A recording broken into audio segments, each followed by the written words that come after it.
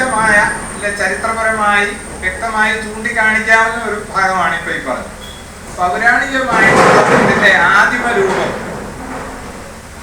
ക്ഷേത്രാനുഷ്ഠാന വാദ്യകലാ സമർപ്പണത്തിന്റെ ആദിമ രൂപം, പ്രാക്തന രൂപം, പുരാതന രൂപം എന്ന് പറയുന്നത് പൗരാണികമാണ്. അത് ശിവന്റെ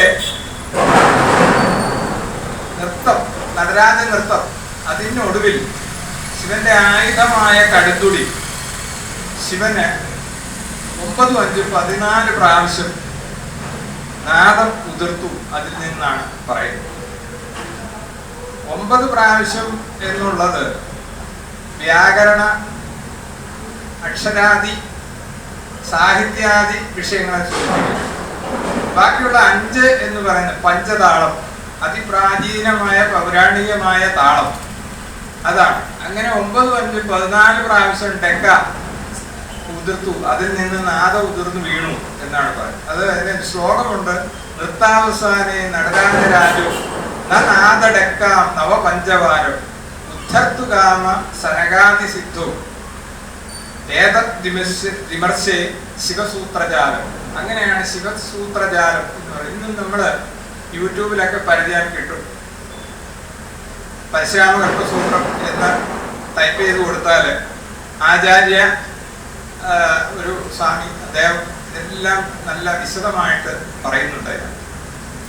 ആയി ഊണ് ഇറനക്ക് ഏയൊന്ന് അയ്യവിച്ച് ഹയർ, ഇങ്ങനെ ഒരു 14 അക്ഷരത്തിന്റെ വിഘടിതങ്ങളായിട്ടുള്ള അക്ഷരങ്ങൾ സംസ്കൃതത്തിലുള്ള മൂലസ്വരൂപത്തിലുള്ള, അതെല്ലാം ഓരോ ഈ പ്രപഞ്ചത്തിലുള്ള ഓരോ വിഷയങ്ങളെയാണ് അതിനകത്ത് ഉൾക്കൊള്ളിച്ചിരിക്കുന്നത്.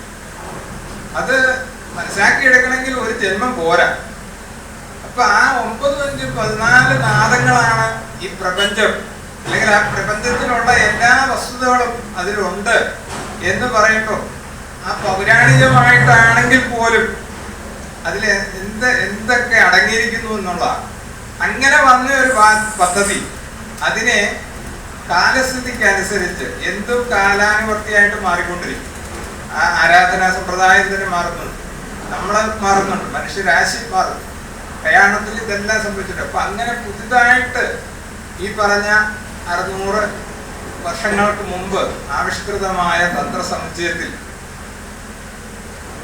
ഈ പരശുരാമ കൽപ്പസൂത്രത്തിലൊക്കെ പറയുന്ന മറ്റ് ഗ്രന്ഥങ്ങളിൽ പൗരാണികമായിട്ട് പറയപ്പെടുന്ന പുരാണ ഇതിഹാസങ്ങളിൽ പറയപ്പെടുന്ന എല്ലാം സ്വാംശീകരിച്ച് ആവിഷ്കരിച്ച ഒരു തന്ത്രസമുച്ചയത്തിൽ ഇതിന്റെ എല്ലാം സ്വാംശീകാര അംശങ്ങളുണ്ട്.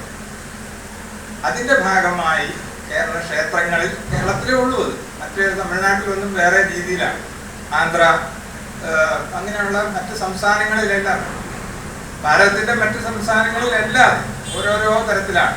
ഇത്രയും സംശുദ്ധമാർന്ന ഒരു തന്ത്രപദ്ധതിയും അതിന് ചേർന്ന് നിൽക്കുന്ന ഇത്രയും ഗഹനവും നിഗൂഢവും എന്നാൽ അത്യാനന്ദകരവുമായ, ഇപ്പം നമ്മളൊരു പൂജയ്ക്ക് അമ്പലത്തിൽ ചെല്ലുമ്പോൾ വെരിക്കപ്പുരം മുതല് നാശ്വരം തകില്, നാശ്വരത്തിൽ കൂടെയുള്ള സംഗീതം, രാഗം, ഇതെല്ലാം കേൾക്കുമ്പോൾ ആനന്ദാവസ്ഥ, ഭഗവാനെ സന്തോഷിപ്പിക്കും എന്ന് പറയുന്നു. അതിനനുസരിച്ച് ആവിഷ്കരിച്ചതാണെങ്കിലും ഇതിന്റെ ഫലം ആർക്കാ? നമ്മുടെ മനുഷ്യർക്ക്, പ്രാർത്ഥിക്കാൻ ചെല്ലുന്ന മനുഷ്യർക്കൊക്കെയാണോ ഉണ്ടാകുന്നത്? ഇത്